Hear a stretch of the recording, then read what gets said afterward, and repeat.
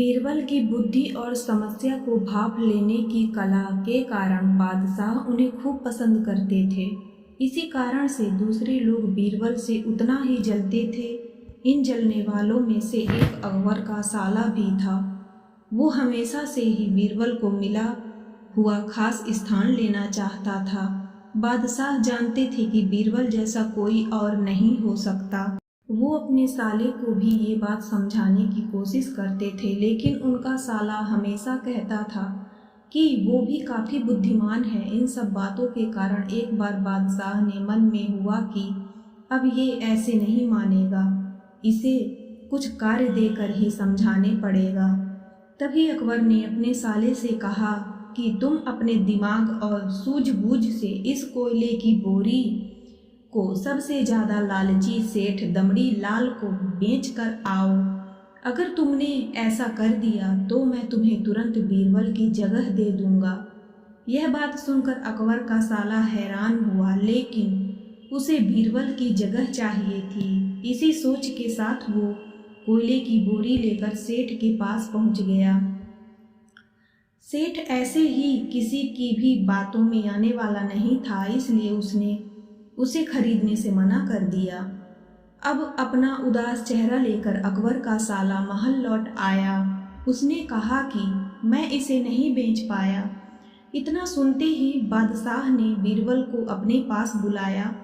उन्होंने अपने साले के सामने ही बीरबल से कहा कि तुम्हें सेठ दमड़ी लाल को यह कोयले की बोरी बेचनी है। बादशाह का आदेश मिलने पर बीरबल ने कहा कि आप एक बोरी बेचने के लिए कह रहे हैं? मैं उस सेठ को एक कोयले का टुकड़ा ही 10,000 में बेच सकता हूँ। यह बात सुनकर अकबर का साला दंग रह गया। अकबर ने कहा कि ठीक है, तुम एक ही कोयले का टुकड़ा बेच आओ। बादशाह का आदेश मिलते ही एक कोयले का टुकड़ा उठाकर बीरबल वहां से चले गए।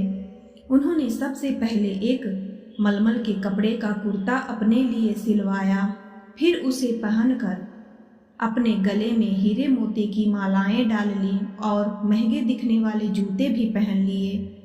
इतना सब करने के बाद बीरबल ने उसे कोयले के टुकड़े को सुरमा यानी काजल की तरह बारीक पीस कर एक कांच के डिब्बी में डलवा लिया। इसी भेष में वो महल के मेहमान घर में आ गए।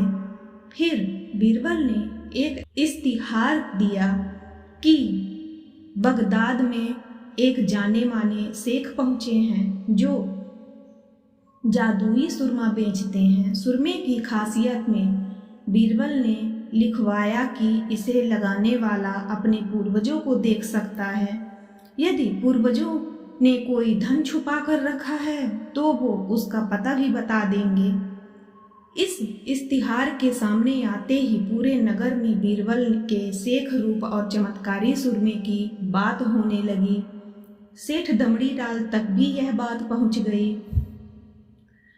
उसके मन में हुआ, जरूर मेरे पूर्वज ने धन गाड़ रखा होगा, मुझे तुरंत शेख से संपर्क करना चाहिए। इतना सोचकर दमड़ी लाल शेख बने बीरबल के पास पहुंचा। बीरबल ने जानबूझकर उसे पहचाना नहीं। सेठ ने शेख से कहा कि मुझे सुरमे की डिब्बी चाहिए। शेख ने जवाब दिया, बिल्कुल लीजिए, लेकिन एक डिब्बी की कीमत 10,000 रुपये है। सेठ काफ़ी चालाक था। उसने शेख से कहा कि मैं पहले सुरमा आंखों पर लगाना चाहता हूँ, उसके बाद पूर्वजों के दिखने पर ही मैं 10,000 रुपये दूंगा। शेख बने बीरबल ने कहा कि ठीक है, आपको ऐसा करने की इजाज़त है, बस आपको सुरमे की जांच करने के लिए चौराहे पर चलना होगा। चमत्कारी सुरमे का करिश्मा देखने के लिए वहां लोगों की भीड़ लग गई। तब बीरबल बने शेख जोर जोर से कहने लगे कि इस चमत्कारी सुरमे को सेठ जी लगाएंगे। अगर ये सेठ अपने माता पिता की ही औलाद हैं तो इन्हें सुरमा लगाते ही तुरंत पूर्वज नजर आ जाएंगे। पूर्वज नहीं दिखे तो मतलब यह होगा कि वो अपने माता पिता की औलाद नहीं है। असली औलादों को ही यह सुरमा लगाने पर अपने पूर्वज नजर आते हैं। यह सब कहने के बाद शेख ने सेठ की आंखों पर सुरमा लगा दिया और कहा कि आंखें बंद कर लो। सेठ ने आंखें बंद तो की, लेकिन उन्हें कोई भी नहीं दिखा। अब सेठ के मन में हुआ कि मैंने कह दिया कि मुझे कोई नहीं दिखा तो भारी अपमान हो जाएगा। इज्जत को बनाए रखने के लिए सेठ ने आंख खोली और कहा कि हाँ, मुझे अपने पूर्वज दिख गए। इसके बाद गुस्से में लाल सेठ ने बीरबल के हाथ में 10,000 रुपये थमा दिए।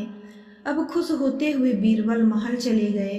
उन्होंने कहा कि लीजिए बादशाह, एक कोयले के 10,000 रुपये, और सारा किस्सा सुना दिया। यह देखते ही बादशाह का साला मुंह बनाकर महल से चला गया। उसके बाद से उसने कभी भी बीरबल की जगह लेने की बात अकबर से नहीं कही। कहानी से सीख, किसी से ईर्ष्या नहीं करनी चाहिए और अपनी काबिलियत को साबित करने के लिए बुद्धि का उपयोग करना जरूरी है।